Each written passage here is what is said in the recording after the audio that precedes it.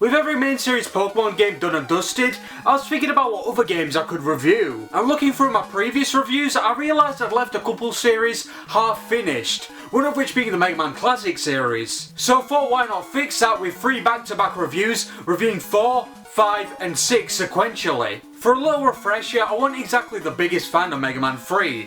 I found a lot of the enemy placement and level design quite lacking. The game amped up the bullshit to Mega Man 1 levels, which was total whiplash for me coming off the very easy Mega Man 2. So needless to say, I was very prepared for some bullshit going into the 4th installment.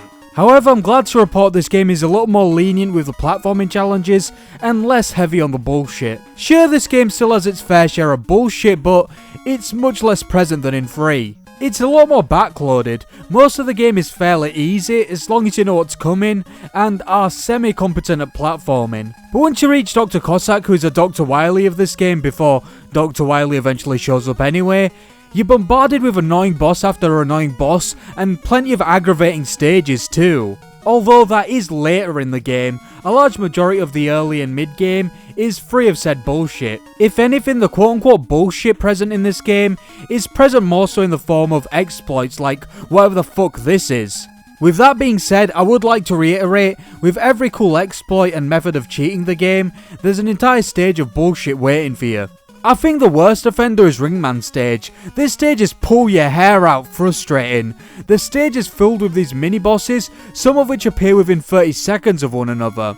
It feels like padding in the worst way, which sucks since the level design is fairly decent in this entry. But this stage is definitely the worst offender. Every other stage has a fair balance of obstacles and enemies. Ringman himself is a pain in the ass too. In all honesty, I had to cheese this battle with the rewind feature, because I just wasn't in the mood for his shit after beating his bullshit ass stage.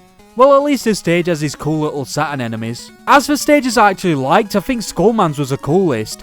His stage was pretty visually striking because of these bones in the walls that were accentuated by the slightly eerie colour palette.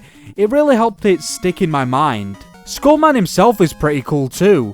It's just a shame the skull barrier isn't really that useful. In fact, a lot of the weapons in this game were kinda useless outside boss fights. I guess Pharaohman's weapon was kinda decent, but even that paled in comparison to something like the Metal Blade, which is kinda disappointing because 2 and 3 had such great multi-use weapons. I suppose it's made up for with the Mega Buster though. I completely forgot it was a thing while playing Mega Man 4, which is why you don't see me use it in the footage, but I did end up using it after the fact and it's actually quite useful.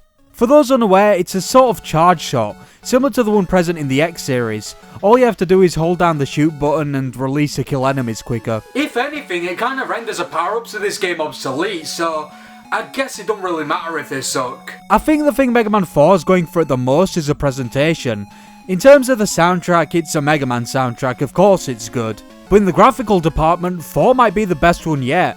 The Robot Masters look cool for the most part, there's some nice common enemy design, and a lot of the stages just pop.